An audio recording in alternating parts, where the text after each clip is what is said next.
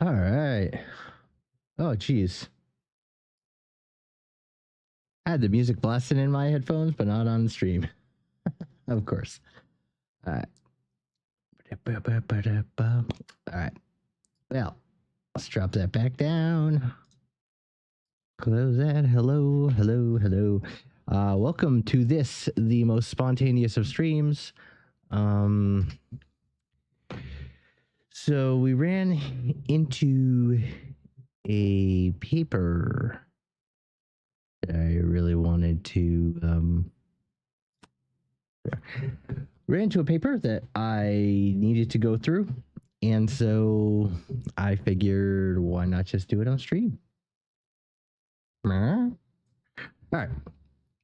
So.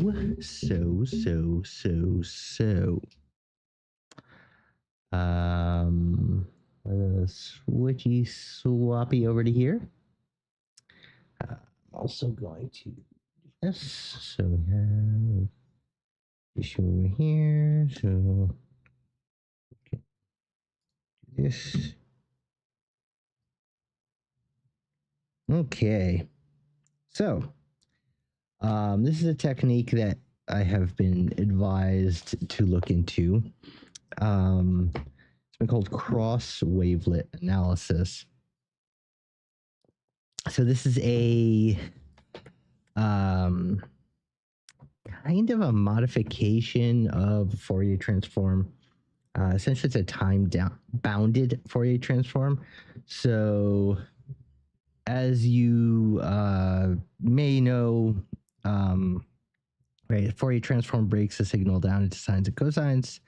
So here, and so you'll get your frequency components of all these things, right? And they add up to some other signal, right? The problem is all of these go on infinitely, right? And that doesn't necessarily match reality very well. So a wavelet is essentially a wave packet. So it's like this, right? So you essentially have some frequency, and then you've got I think it might be like even a Gaussian curve, right? That it's multiplied by. So that produces wavelets. And again, you can do the same frequency decomposition, but using wavelets instead of just sines and cosines. So anyway, I would like to zoom in a little bit more here.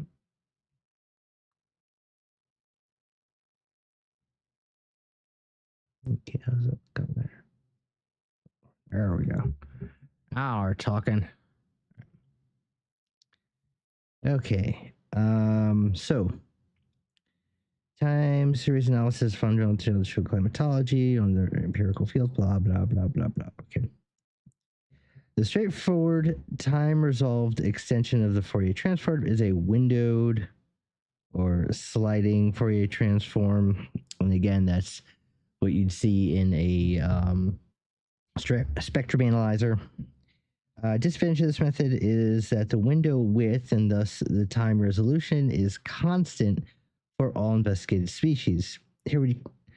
Here, continuous wavelet analysis has proven to be superior. The time resolution is intrinsically adjusted to the scales, right? In other words, if I have a larger frequency, my wavelet's going to be bigger. Thus, the optimal time resolution for every scale is given. Another advantage of the wavelet analysis is the flexible choice of the mother wavelet according to the characteristics of the investigated time series. For the following, we always omit the term continuous.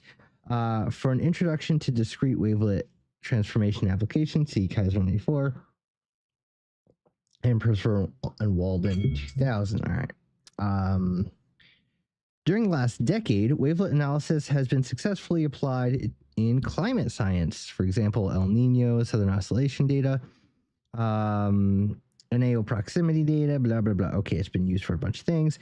A good introduction to basic theory and application of wavelet analysis is given by Torrance and Campo in 1998. I should probably look that one up, actually.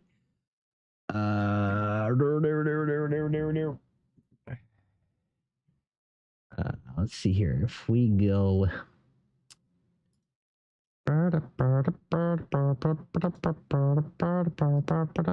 Oops.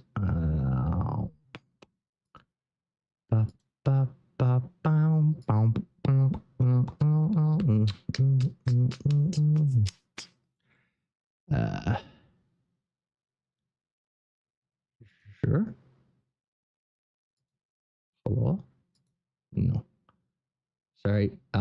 Give me 1 second. Properties. Okay. Why you no see? Oh, okay, good. All right. So we want what is it?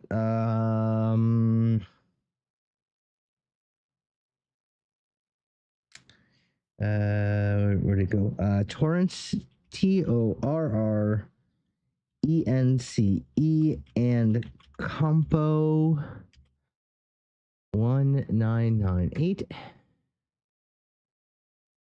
Right. You maybe practical guide to wavelet analysis. I assume one of you two. Torrance and Campo. Let's see. Wavelet analysis becoming capital. Okay, so neat. All right. We will download this for later.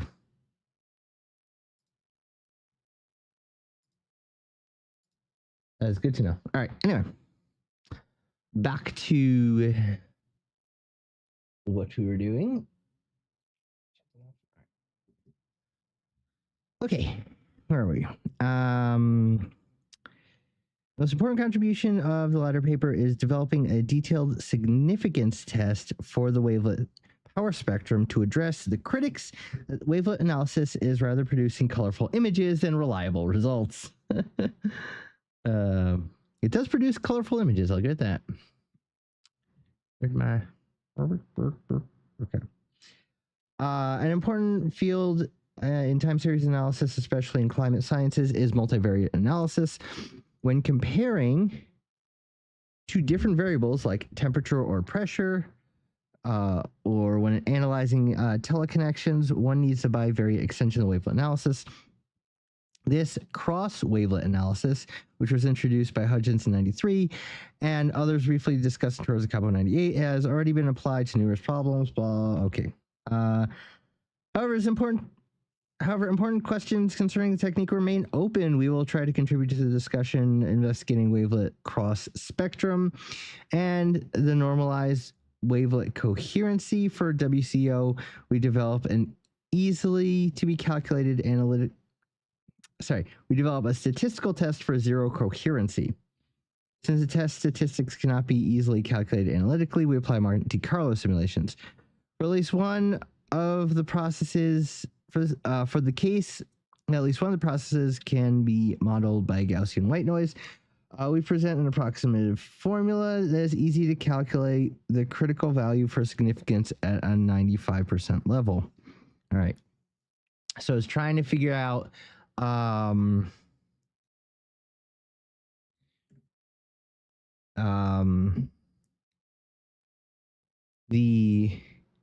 effective an estimation is, right? So you're trying so when you do the cross wavelet analysis, you're kind of finding overlap between multiple signals that might be a little bit different. When you're doing that, right, this gives you kind of a metric as you'll always get an output, right? You chuck a bunch of stuff into the math and turn the crank, you'll always get an output. But the question is, how much does that output actually correlate to reality. And so that's what this is giving. It's giving a confidence level for the output, right? Okay, we show that not every structure of a wavelet plot has got a physical meaning, but might be an artifact of WCS or multiple testing. To illustrate the discussion, we show the coherency between ENSO and NAO for most of the moderate and strong El Niños between 1900 and 1995, suggested by Hung et al. 98, is an artifact of WCS. So, we show that this coherency is in fact an artifact. However, during a distinct period around 1920 to 1940, significant coherency between the two phenomena occurs and invites further investigation, right? So what he's saying is, hey, these two variables over the entire period didn't have much to do with each other, but in this one subsection, they kind of did. And so he's able to pull out the information about what subsection of the overall data these variables actually interacted with each other, right? So theoretically, you'd have a causal interaction of some sort, either A causes B or A and B are caused by C, or there's some influence between that is shared between the two. So yeah, so it's, but those can be time bounded. The paper is organized as follows. In section 2, we introduce the most important measures for wavelet analysis. Okay, don't care. Excuse me. Definitions. Continuous wavelet transformation. The wavelet transformation W sub I of S at the time t equals I times delta t on a scale S of a discrete time series x sub j equals x of t sub j, the length n, and a sampling interval delta t can be interpreted as an expression of the discrete Fourier transformation. Okay, so what's this all saying? So we've got a scale of, okay, so W of S, right? So the scale S means that the amplitude goes up to S, right? No, I'm sorry. S is the independent variable, right? So this is S, this is W of S. Of a discrete time series, xj equals x of tj. In other words, my signal, I might be looking at a signal that's continuously varying, but I'm making measurements here, right? I have some measuring device that's getting these measurements. So that's what the discrete time is, right? So I only have the measurements at these points, and these points are separated by delta t, right? So again, you can imagine some sort of test equipment that's going and is doing measurement, right? So your actual measurements are only when it's doing the measurement, and then delta t is the time between each measurement. Right? So that's the typical, what you'll encounter anytime you're doing things with actual data, right? Your data is almost never continuous. It's usually sampled at some rate.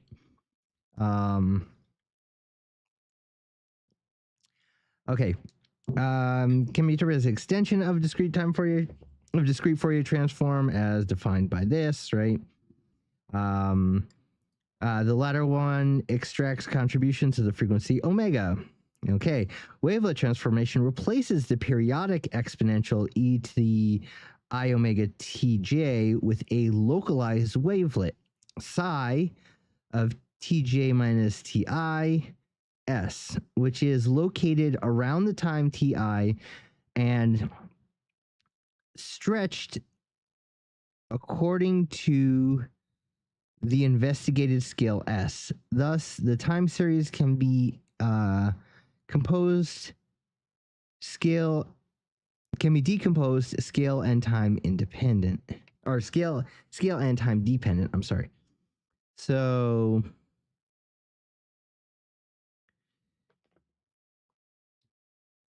So it's still, because I think there's a picture of the wavelet look somewhere here.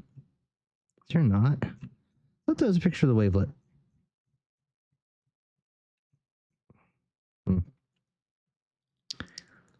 Oh, it's right here. It's literally right here.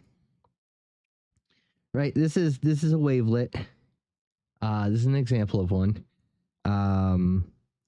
And your time is 0. S is what is it? 6. I guess we'll find out. We'll see what S is. S might be this. So S might be the essentially the width of the wave packet. So I'm guessing. But we'll find out. All right.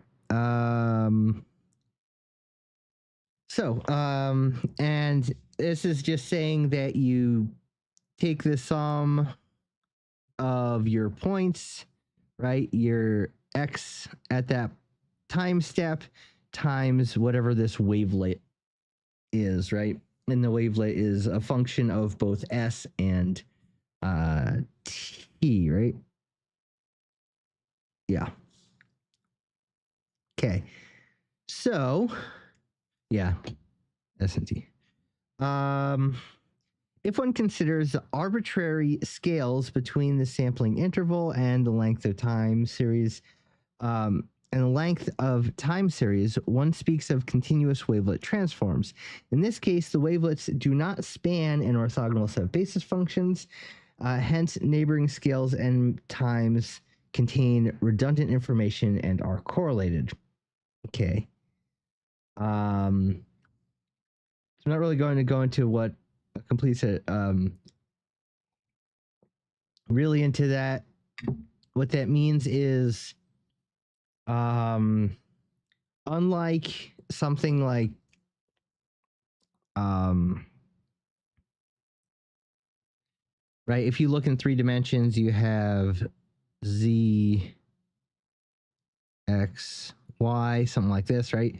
These are orthogonal, right? They're 90 degrees from each other. Independent bases, right? So in other words, no matter how, if I go along the y-axis, no matter how far I go along the y-axis, I can describe that location with only y. I don't need any z or x components, right? And so these are all independent of each other, and they span the entire space, right? So anywhere in this 3-dimensional space, I can describe as x, y, z, right? I can describe any point in there. It spans the whole space. So that is an orthogonal, that's an orthonormal basis, right? Because it's, you know, y hat is, the magnitude of y hat is 1. Same with x and z hat, right? So those are the basis vectors are length 1, you know, unit vectors along each direction. So typically, if you want to decompose a function in the space, you can do that, right? Now, and what that means is you can describe any function in terms of these 3 variables, right? You can do the same thing for the set of frequencies, right? The frequency decomposition from a Fourier analysis. That is also true. It is an infinite set of basis vectors, right? Because each frequency is its own basis vector. So you have an infinite set of them, but they do span space, right? And they are orthogonal to each other. In other words, you cannot make one of those vectors by adding up a bunch of the other vectors, right? They're independent of each other. And so that's why you can decompose a function into a sum of these things, because they are a basis for those functions, right? It's a basis, set of basis vectors. So what he's saying is wavelets or at least the continuous wavelet transform, do not span an orthogonal set of basis vectors. Hence, neighboring scales and some neighbor scales and times contain redundant information and are correlated. In other words, imagine if I had 3 basis vectors that were like this, right? Now they're not orthogonal, and in fact, this one can be decomposed into these two, right? So there is information about this vector in this vector in this one. So they're not independent of each other, is what's saying, right? So if you were to decompose things into these basis vectors, you'd get a whole bunch of mixed and mashed information together. You can do it, but yeah, you're not. These actually wouldn't span the set because they're all on the same plane. But even if they're not all on the same plane, right? Say one's coming out this way, it's just not orthogonal to it. You can theoretically describe any point in that plane using non-orthogonal vectors, basis vectors, but it gets messy, right? You don't want to do that if you don't have to. Anyway, the wavelet psi of x of t sub j minus t sub I, comma s is a stretched and translated version of a chosen mother wavelet normalized with a factor c sub s. So the c sub s just means that when you add them all up, they'll be equal to 1, right? So it's just a weighting factor, essentially, on each of the wavelets.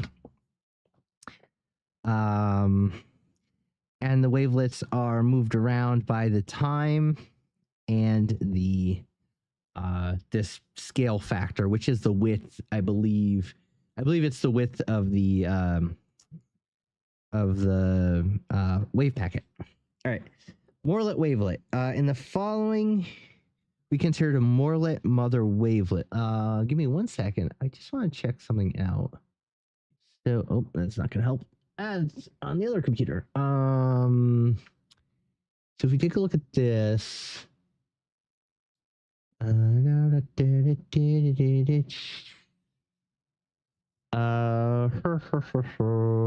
see. Am I doing mother wavelet?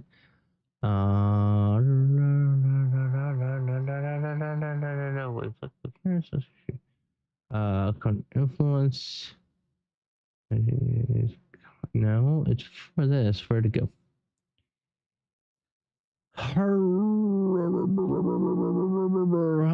Significance and 5. Wavelet.wxt. Okay. So yes, it is a Morlet 6. Sorry, I was looking at the code that, or the code that comes out of what caused me to go and dig into this, which is it is in fact a Morlet wavelet. Okay. In the following, we consider a Morlet mother wavelet, which is this. The 1 over the 4th root of pi times e to the I omega naught theta e to the negative theta squared over 2, where theta and omega naught are unitless. The Gaussian envelope, e to the negative theta squared over 2, localizes the wavelet in time. Okay. So that is this, right? So it's, right, e to the negative theta squared over 2 means that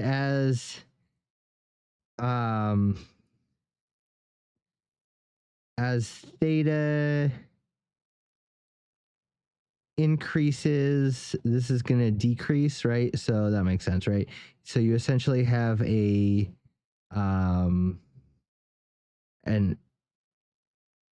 x squared or x to the negative 2 fall off here, right? It's exponential, so it's e to the negative 2, but yeah, so that's essentially what it's saying. So that makes sense. All right.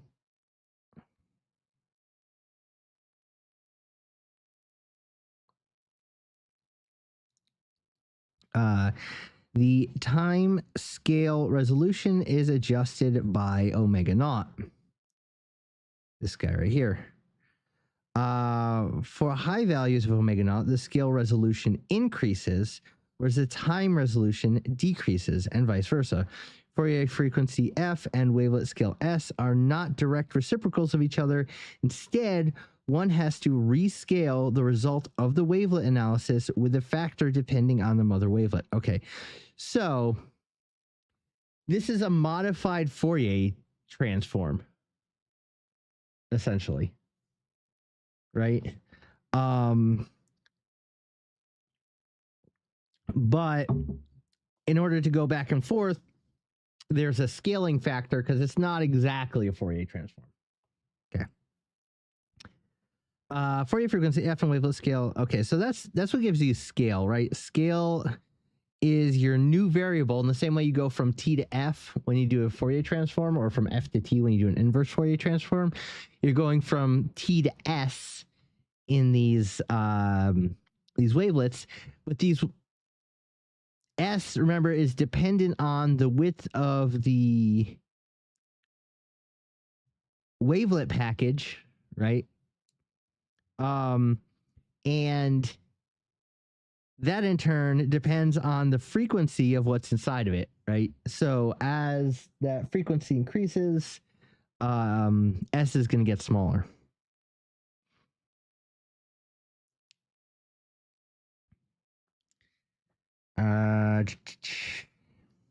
Okay. So they're not direct. It said one has to rescale the result of the wavelet factor depending on the mother wavelet. Right. For the Morlet wavelet, the conversion is as follows: 1 over f is 4 pi s over omega naught plus square root of 2 plus omega naught squared. Fine. That's just the conversion factor, right? It's dependent on this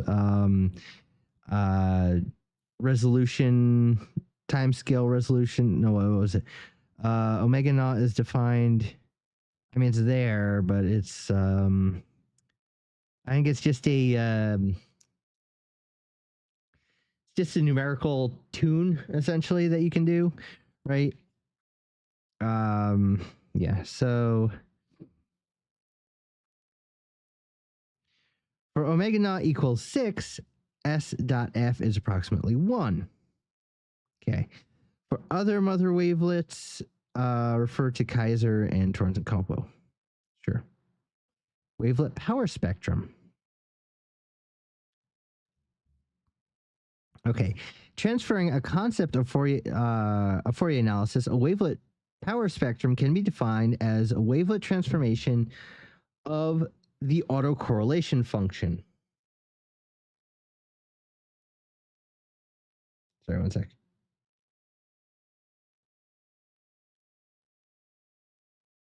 Cool.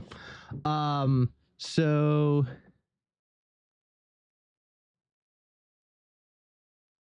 there you go. The time scale analysis. So an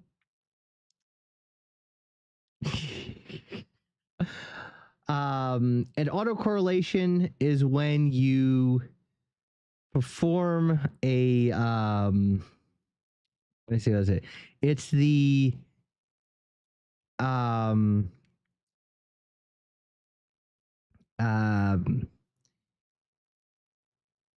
function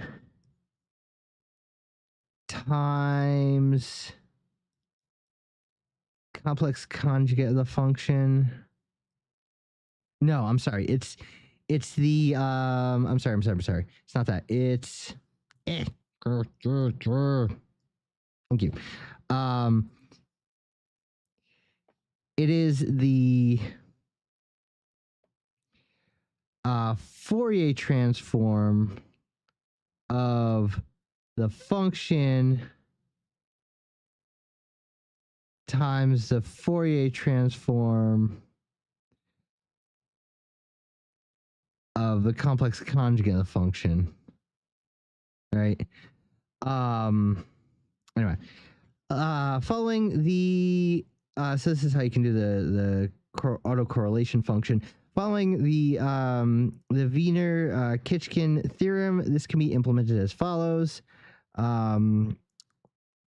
So that's the expectation value or the mean value of Wi times multiplied the wavelet transformed version at some point I times the complex conjugate of it, and then the expectation of the value of those. This is pretty often used in quantum mechanics also. Anyway. So the WPSIS describes the power of the signal X at a certain time Ti on a scale S. And remember, the scale correlates or is associated with the frequency based on that equation there. The relevance of considering expectation values. Come on. Oh, I'm on the wrong computer. Ha, that's fine. Why isn't this scrolling down? Sorry. The relevance of considering expectation values and how to estimate them is discussed in section 4. Okay. 2.4. Cross wavelet analysis. This is where we're starting to hit things we need to hit.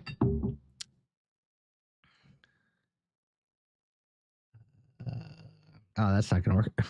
I keep doing things on the wrong computer. 1 second. Just wanted to look at something. Okay. Okay. As in Fourier analysis, the univariate WPS can be extended to compare two different time series, X of Ti and Y of Ti. So again, remember, these theories are a discrete measurement of a signal, right? Anytime you're doing a measurement of a signal, you're not going to be measuring the continuous signal. You're going to be taking samples at discrete times. So now we have two different signals that we've sampled, right? And we want to compare them. We want to take a look at them. All right. One can define the wavelet cross spectrum as the expectation value of the product of the corresponding Wix and Wiy, right? So the wavelet transform of one times the complex conjugate of the wavelet transform of the other. Sure. In section 6, we show that WCS peaks can even appear when XTI and YTI are independent because WCS is not normalized. That is important, right? In contrast to WPS, WCS is complex valued analog to Fourier cross spectra and can be decomposed into amplitude through, you just take the magnitude of it, and a phase, which is the angular component that corresponds to the complex magnitude, right? So there you go. That's just a complex number. The phase describes the delay between the two signals at time S. So that's good to know, right? So if we go through this and we're analyzing our signals, and one of the things that we want to look at is the relationship between the two, if there is a correlation between them, what's the delay between, is there a delay between when one changes and the other changes? Normalized time and scale resolved measure for the relationship between two time series X and Y is the wavelet coherency. Okay, so this is normalized, which is much better, which is defined as the amplitude of WCS normalized to the two single WPSs. So we have our WCS as we found up here, right? And then we're dividing by the 2 WPS, which is the wavelet transform of each individual one, right? You're taking the square root of the 2, multiplying by each other. Sure. Right, let me make sure that's what I meant by WPS. Sorry. All right, let's go. Yep, WPS. Oh, I'm sorry. The WPS is the wavelet power spectrum and is the autocorrelation of each one with itself, essentially. Right? So you're taking the correlation between the two and you're dividing them by how much their autocorrelation. Right? That's how you normalize it. You're getting rid of their autocorrelation. A value of 1 means a linear relationship between x and y around the time ti on the scale s. A value of 0 is obtained for a vanishing correlation. Because of normalization, spurious peaks can occur for areas of low wavelet power. Note the importance of estimating the expectation values of the single term in equation 8. If they are not considered separately, numerator and denominator equal each other, and the result will be identically equal to 1. Let me say it again. Note the importance of estimating the expectation value of the single terms in equation 8. Estimating the expectation. They're not considered separately. Okay.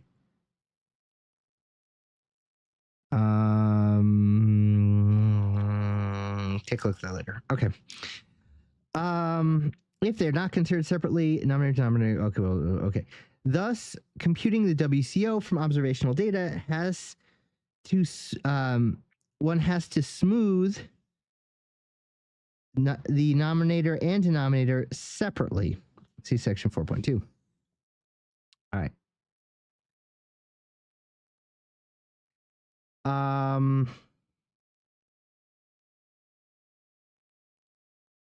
Here we go.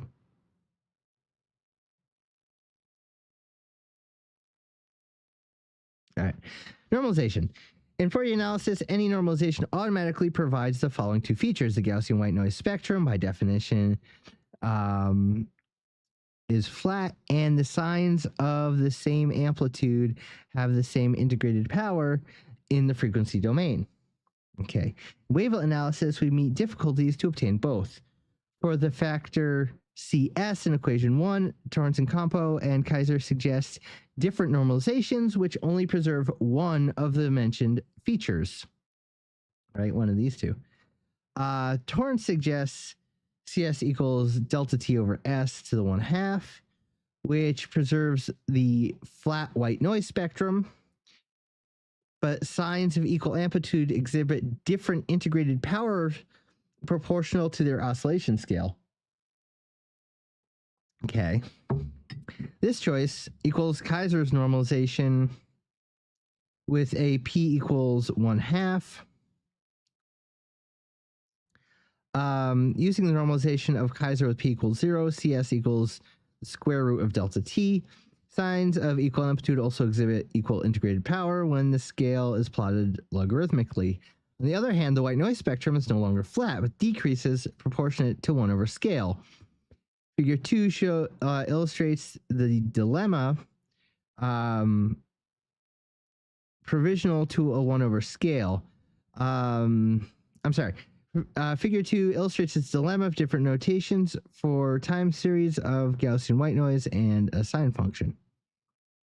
Wavelet power spectrum of Gaussian white noise and 2 signs of frequency 1/2 and 1/4 and equal amplitude. Okay, the solid line Normalization, according to Torrance and Campo, does not preserve the integrated power, but does provide a flat white noise spectrum. And the dashed line does not provide a flat white noise spectrum, which is this, but does preserve the integrated power. Okay.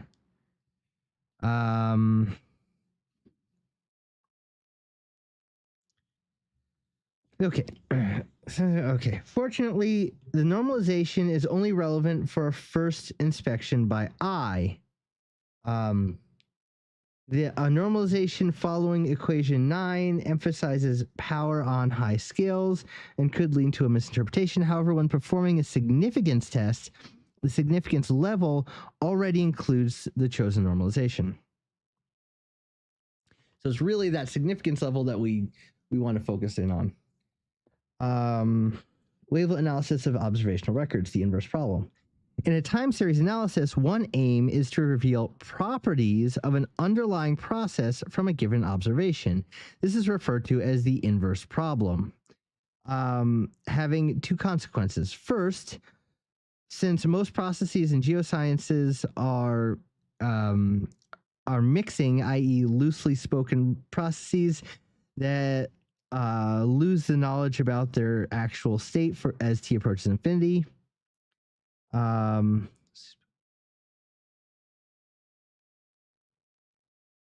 I guess that means they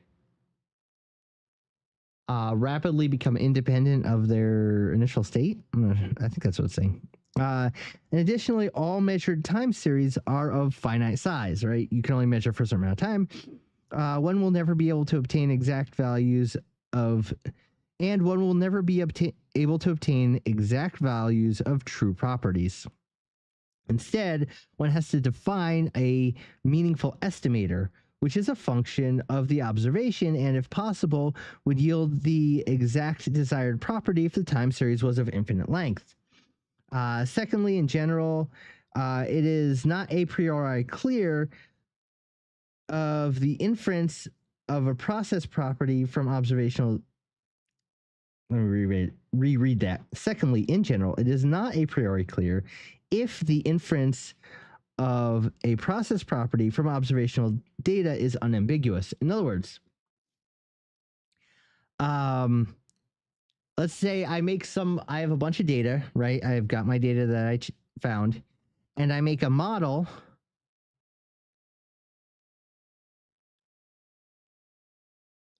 Right? Say my data looks like this. I make the model that looks like this. Right? This is my model of what's going on that was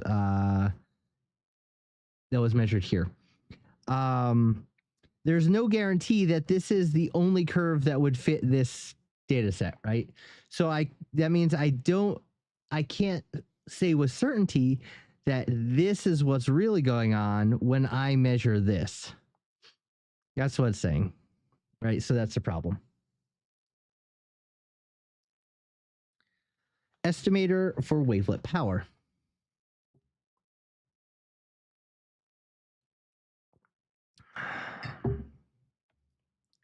The observed WPS of a measured time series is an estimator for the true, quote unquote, WPS of the underlying process. Okay. A comparison with a Fourier analysis is illustrates the involved consequences. For the Fourier spectrum, the first guess estimator is the periodogram, which is the square absolute value of the Fourier transform for a given time series.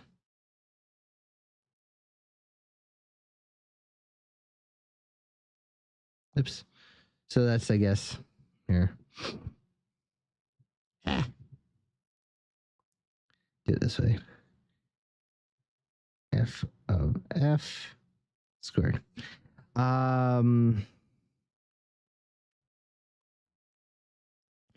If this time series data is a realization of a mixing process, every value of the periodogram is equal to chi-squared distribution is equal to chi-squared distributed with 2 degrees of freedom. Excuse me, the variance of this estimator will not converge to 0 for an infinite time series, i.e. the periodogram is not, a consistent estimator. To construct a consistent estimator for a true spectrogram, one has to estimate the expectation value of the periodogram. In many practical cases, when only one realization is given, this is done by smoothing neighboring frequencies. Okay.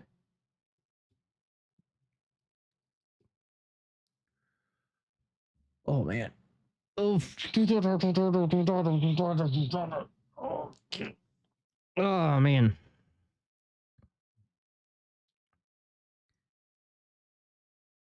Edge effects. Okay.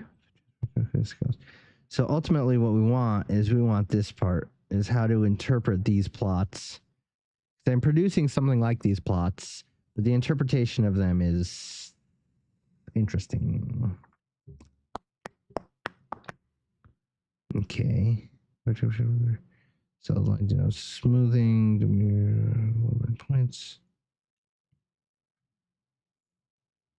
Okay. Interesting. All right.